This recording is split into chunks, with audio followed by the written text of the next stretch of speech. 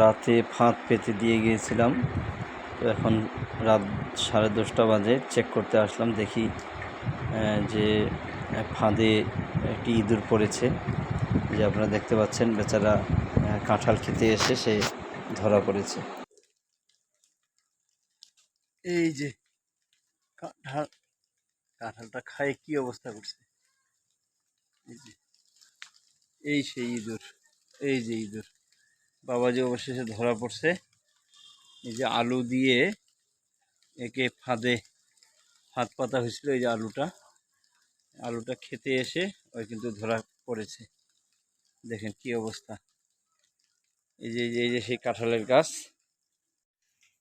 দেখেন অবস্থা।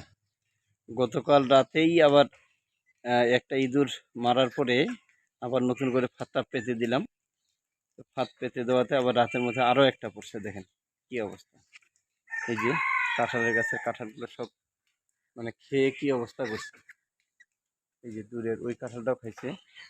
একটু যদি জুম করে দেখাই, এই যে কাঁঠালগুলো খেয়ে একবারে শেষ করে ফেলতেছে।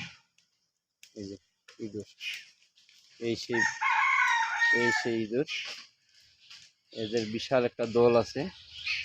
এই পর্যন্ত 3টা ইঁদুর মারা হলো এ সহ, মানে এক রাতে 2টো মারলাম।